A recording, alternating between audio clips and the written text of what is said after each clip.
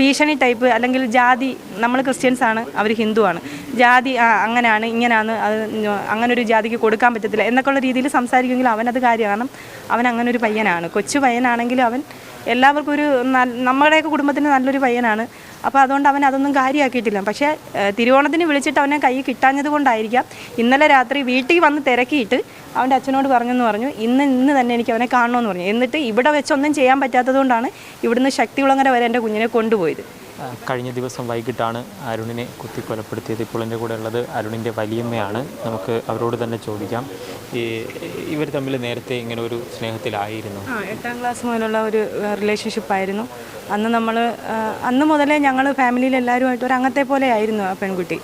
അപ്പം നമ്മൾ പറഞ്ഞ് പ്രായപൂർത്തിയാവട്ടെ, അപ്പം വയസ്സായില്ല, അവനും പ്രായമായിട്ടില്ല, അവളും പ്രായമായിട്ടില്ല. പിന്നെ ജീവിതം എന്ന് പറയുമ്പോൾ 1-2 ദിവസം കൊണ്ട് തീരുന്നില്ല, അങ്ങോട്ട് ഒരുപാട് കിടപ്പുണ്ട്, നിങ്ങൾ ആദ്യം പഠിക്കുകയെന്ന് പറഞ്ഞു.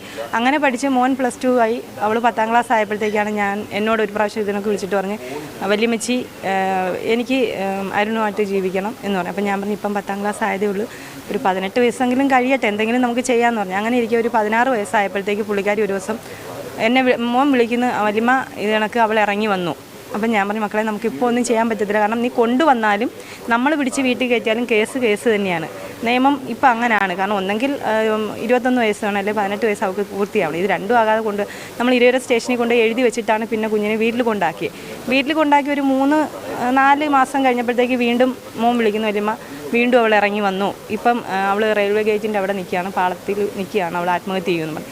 അപ്പം ഞാൻ ചോദിച്ചു എന്താണ് കാര്യം, എന്താണെന്ന് ചോദിച്ചാൽ പറഞ്ഞ് അച്ഛൻ്റെ മോശം പ്രവർത്തികളാണെന്ന് പറഞ്ഞു. അപ്പം ഞാൻ ചോദിച്ചു അച്ഛൻ്റെ മോശം പ്രവൃത്തി എന്ന് പറയാൻ നമ്മൾ വിജയത്തിന് വേണ്ടി ഒന്നും പറയരുത്. കാരണം അമ്മ പറഞ്ഞല്ല, അമ്മ നാട്ടിലില്ല, അമ്മ ഗൾഫിലാണ്, അത് അമ്മയ്ക്കും അറിയാം പുള്ളിക്കാരൻ ആൾ ഒരു വൃത്തികെട്ട സ്വഭാവം ഉണ്ടെന്നുള്ള കാര്യം അറിയാം. അപ്പം ഞാൻ ഈ കൊച്ചിൻ്റെ അമ്മയെ വിളിച്ചപ്പോൾ എന്നോട് പറഞ്ഞതെന്ന് പറഞ്ഞു കഴിഞ്ഞാൽ എന്നാലും ഞാൻ നിങ്ങളെ മോളെ കെട്ടിച്ചു തരും. അതേ വാക്ക് തന്നെയാണ് ഈ പുള്ളിക്കാരൻ മോള് +2 കഴിഞ്ഞപ്പോഴും എന്നോട് പറയുന്നത്. +2 പഠിക്കുമ്പോഴും എന്നോട് പറഞ്ഞാൽ എൻ്റെ മോൾക്കൊരു വിവാഹ ജീവിതം ഉണ്ടെങ്കിൽ നിങ്ങളുടെ അനിയത്തിയുടെ മോനുമായിട്ട് തന്നെ ആയിരിക്കും. നമുക്കൊരു മദ്യപിക്കുകയാണോ അയാളുടെ എന്താണോ എനിക്കറിയത്തില്ല, നമ്മളോട് സംസാരിക്കുമ്പോൾ ഒന്നും മദ്യപിച്ചിട്ടൊന്നുമില്ല. നമ്മളോട് സംസാരിക്കുമ്പോൾ എന്നോട് സംസാരിച്ചപ്പോൾ ഒന്നും മദ്യപിച്ചിട്ടില്ല. കാരണം സ്കൂൾ ഗ്രൗണ്ടിൽ നിന്നാണ് സംസാരിക്കുന്നത്. PTA മീറ്റിങ്ങിന് ചെല്ലുമ്പോഴാണ് ഞാനുമായിട്ട് പുള്ളിക്കാരൻ സംസാരിക്കുന്നത്. അത് കഴിഞ്ഞിട്ട് എന്നെ ഫോണിൽ വിളിച്ചിട്ട് പറഞ്ഞ് നമുക്ക് ഇവരുടെ കല്യാണം ഉറപ്പിക്കാം. അപ്പം ഞാൻ പറഞ്ഞു ശരി, നമുക്ക് ഫോണിൽ കൂടെ അല്ലല്ലോ, നമുക്ക് നേരിട്ട് ഒന്ന് സംസാരിക്കാമെന്ന് പറഞ്ഞ് അങ്ങനെ ഞാൻ ഒരു പ്രാവശ്യം പുള്ളിക്കാരൻ്റെ അടുത്ത് ചെന്നപ്പോഴത്തേക്ക് വീട്ടിലില്ലായിരുന്നു. അപ്പോൾ ഈ പെങ്കൊച്ചിനെ വിളിച്ച് പറഞ്ഞ് അച്ഛൻ പുറത്ത് പോയേക്കുവാന്ന് പറഞ്ഞു. അത് കഴിഞ്ഞ് ഈ 2ാമത്തെ ട്രിപ്പ് വന്നപ്പോഴും ഞങ്ങൾ വീണ്ടും കൊണ്ടാക്കിയപ്പോൾ കൊച്ചിന് അവിടെ നിൽക്കാൻ താല്പര്യമില്ല. എന്തിനാ ഇത്രയും ക്രൂരമായ ഒരു കൊന്നതെന്ന് പറയാനെന്ന് പറഞ്ഞു കഴിഞ്ഞാൽ ഇയാൾ തിരുവോണത്തിനെ കരുതി വെച്ചിട്ടുണ്ട്. കാരണം തിരുവോണത്തിന് ഒരിക്കലും അന്ന് വരെ എൻ്റെ മോനോട് സൗമ്യമായി പുള്ളിക്കാരൻ സംസാരിച്ചിട്ടില്ല. സംസാരിക്കുമ്പോൾ എല്ലാം ഒരു ഭീഷണി ടൈപ്പ്, അല്ലെങ്കിൽ ജാതി നമ്മൾ ക്രിസ്ത്യൻസാണ് അവർ ഹിന്ദുവാണ്, ജാതി അങ്ങനെയാണ് ഇങ്ങനെയാണ്, അത് അങ്ങനെ ഒരു ജാതിക്ക് കൊടുക്കാൻ പറ്റത്തില്ല എന്നൊക്കെയുള്ള രീതിയിൽ സംസാരിക്കുമെങ്കിൽ അവനത് കാര്യമാണ്. കാരണം അവൻ അങ്ങനെ ഒരു പയ്യനാണ്, കൊച്ചു പയ്യനാണെങ്കിലും അവൻ എല്ലാവർക്കും ഒരു നമ്മുടെയൊക്കെ കുടുംബത്തിന് നല്ലൊരു പയ്യനാണ്. അപ്പോൾ അതുകൊണ്ട് അവൻ അതൊന്നും കാര്യമാക്കിയിട്ടില്ല. പക്ഷേ തിരുവോണത്തിന് വിളിച്ചിട്ട് അവനെ കൈ കിട്ടാഞ്ഞത് കൊണ്ടായിരിക്കാം ഇന്നലെ രാത്രി വീട്ടിൽ വന്ന് തിരക്കിയിട്ട് അവൻ്റെ അച്ഛനോട് പറഞ്ഞു ഇന്ന് തന്നെ എനിക്ക് അവനെ കാണണമെന്ന് പറഞ്ഞു. എന്നിട്ട് ഇവിടെ വെച്ചൊന്നും ചെയ്യാൻ പറ്റാത്തതുകൊണ്ടാണ് ഇവിടുന്ന് ശക്തികുളങ്ങര വരെ എൻ്റെ കുഞ്ഞിനെ കൊണ്ടുപോയത്. ഇപ്പം നമ്മൾ സ്വാഭാവികമായ ഒരാൾ വാക്ക് തർക്കം നടന്നുകൊണ്ടിരിക്കുകയാണെങ്കിൽ വീട്ടിനകത്ത് കയറി ആയുധം എടുത്തുകൊണ്ട് വരണമെന്നുണ്ടെങ്കിൽ അത്രയും ഡിലേ വരുമല്ലോ. ഡിലേ വരുമ്പം എതിര് നിൽക്കുന്ന ആൾ എന്തായാലും അകത്ത് പോയ ആൾ എന്തുകൊണ്ട് വരുന്നു എന്നുള്ളൊരു പ്രതീക്ഷയോടെ നോക്കി നിൽക്കും അതിനെ എതിർക്കാനായിട്ട്.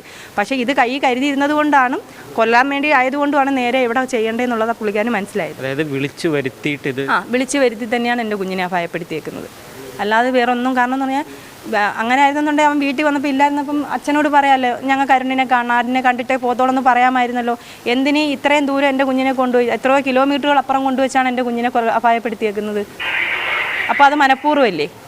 എന്നിട്ട് ഇപ്പം ഞങ്ങൾ ഇന്നലെ ഈ ഒരു സംഭവം നടക്കുന്നതിന് മുന്നേ വരെ പെങ്കൊച്ചിനെ വിളിക്കുമ്പോൾ ഫോൺ സ്വിച്ച് ഓഫ് അല്ലായിരുന്നു, ഫോൺ കിട്ടുന്നുണ്ടായിരുന്നു, കൊച്ച് സംസാരിക്കുന്നുണ്ടായിരുന്നു.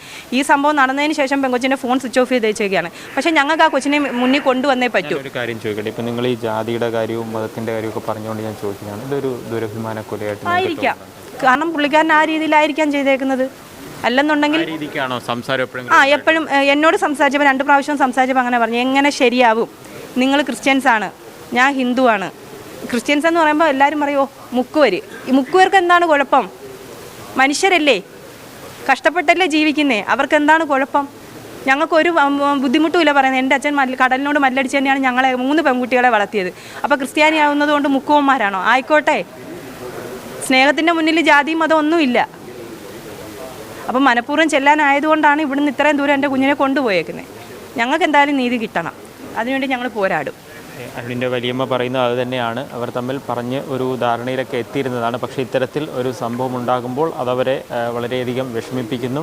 വിളിച്ചു വരുത്തി ആലോചിച്ച് ഇത്തരത്തിലൊരു കൊലപാതകത്തിലേക്ക് എത്തി എന്നുള്ളതാണ് ഇപ്പോൾ അവർ സംശയിക്കുന്ന ഒരു പ്രധാനപ്പെട്ട കാര്യം. കൊല്ലത്ത് നിന്ന് രതീഷ് മാടമ്പിശ്ശേലിനൊപ്പം ലിജോ റോളൻസ്, മീഡിയ 1.